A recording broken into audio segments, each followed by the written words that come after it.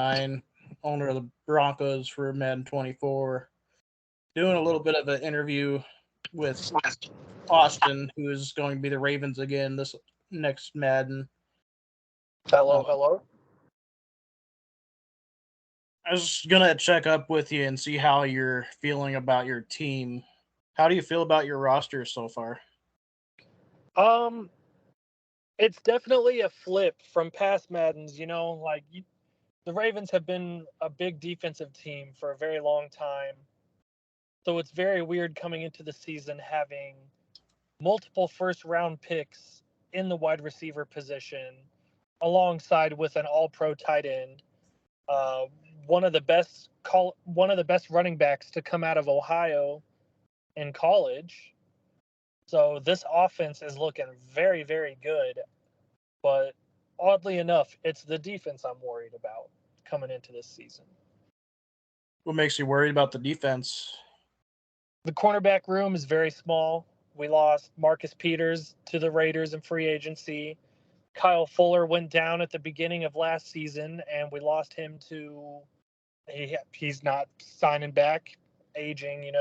So realistic, I mean, we've got Marlon Humphrey, all pro corner, Pro Bowl corner, never going anywhere. We got Rock Yassin, and I don't know too much about him. I know he played for the Colts and the Raiders. And we got Trayvon Mullen. Again, I mean, I'm pretty sure he played for the Raiders. Yeah, he is one But of the guys from the Raiders. Played with Rock a little bit. I don't know too much about him. And then we've got a bunch of our young guys: Pepe Williams, Jalen Armour Davis, Kyle Blue Kelly, Brandon Stevens. So the cornerback room is a little depleted, in my opinion.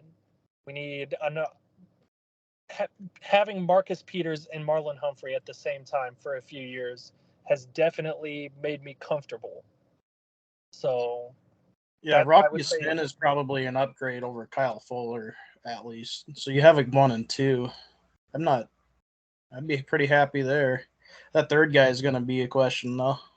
for sure, for Kyle sure. Hamilton behind him. It's pretty good secondary to start out with. A Yeah, little bit and depth. then of course our edge rushers. It's we've honestly had issues with edge rushers leaving for a while. I mean, we haven't had a solid guy that we could rely on. Yeah, I think they bank on the coaches just keep on developing new guys to take over. There's a Definitely. lot of I mean, speed for Madden purposes. It's going to be nice.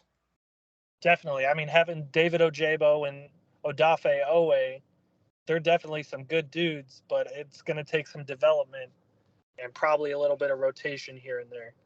For sure.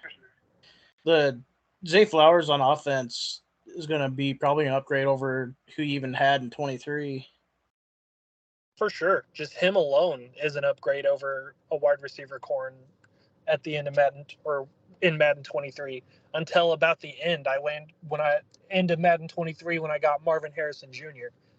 And you know how Madden 23 was high ball central. I'm just able to throw it up to him and he's going to come down with it. But Yeah, Marvin Harrison was a beast too. definitely, and having Zay Flowers, he's small, he gets lost behind some guys, he's shifty. I'm able to work with him really. He's able to get open and he's got burner speed. Right. Last year you traded Lamar Jackson to San Francisco. Is that something you're thinking about doing again? Nope. Just trading him? Nope. Last year that was a every time I've had the Ravens, I've kept Lamar. And now last year that was just kind of like a, you know what, I've never done this before. Let's see what I can get for him kind of deal. Okay. But Lamar's locked in. He's got his contract. He's our guy. Yeah, they did pay him in real life, so you're kind of stuck with him now. But I'd be pretty happy with that team. Like a lot of young guys, a lot of speed. Definitely, especially with the new Yeah, offense that's more focused around the pass rather than that 300 out of 400 plays being a run or an option. you got Roquan Smith from the Bears in real life last season, and still have Patrick Queen. That's just so much speed on defense. Definitely. I don't know Patrick Queen's position with this team past the first season. I can say that much. Drafting Trenton Simpson in the 3rd round, he's got top end speed. He's got the ability to learn behind Roquan and develop and turn into a great number 2 linebacker to go alongside with Roquan. So there may be a chance that Patrick Queen won't be on the team past this season. Yeah, I remember Trenton Simpson being like one of the top 10 picks every season, basically the last 2 seasons, just as a custom generated player. He's fast. It's how Harbaugh likes it, though. How you like it, I'm definitely. sure. How do you feel about your chances first season to make the playoffs?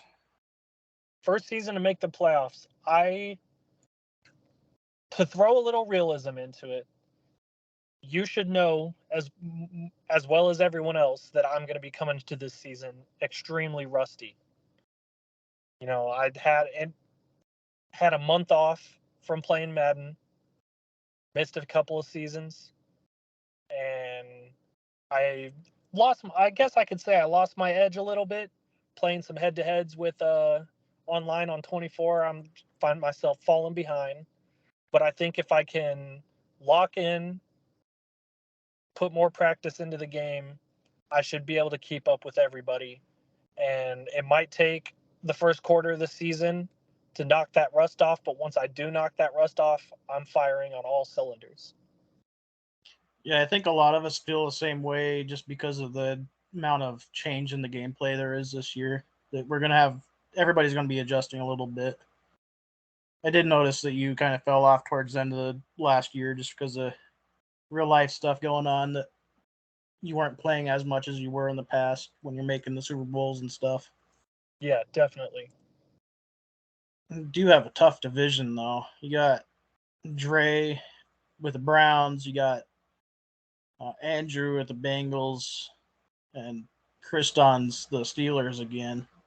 Yeah, of course. It's definitely the toughest division that I could possibly honestly have played in a long time. You know, Kriston with the Steelers, he's always going to be a force. The Hernandez bros, to put it in the least disrespectful way I can possibly saying this, they're interchangeable. Not necessarily that like it's a bad thing, but like they're both very good at the game. And I haven't played Dre too much, so I don't know much about him. But I know it's an extremely tough division. Kriston's always given me a hard time playing this game.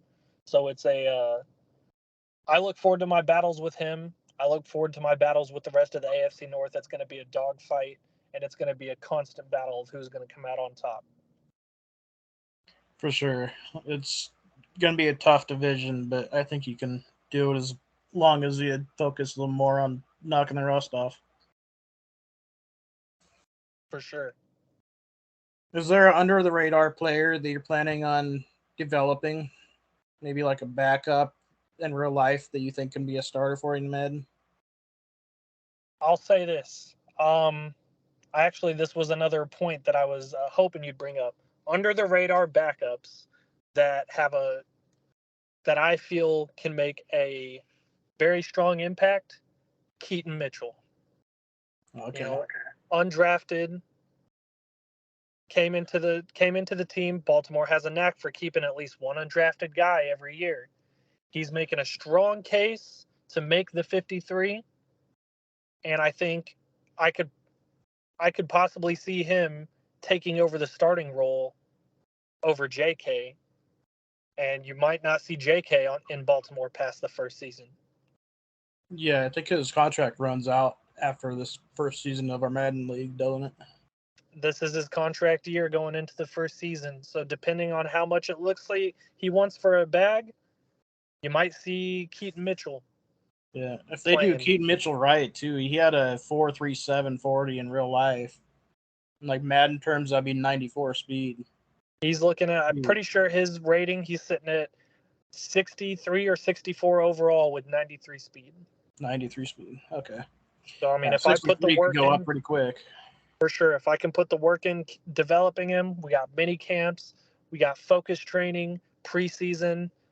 He can definitely be the guy.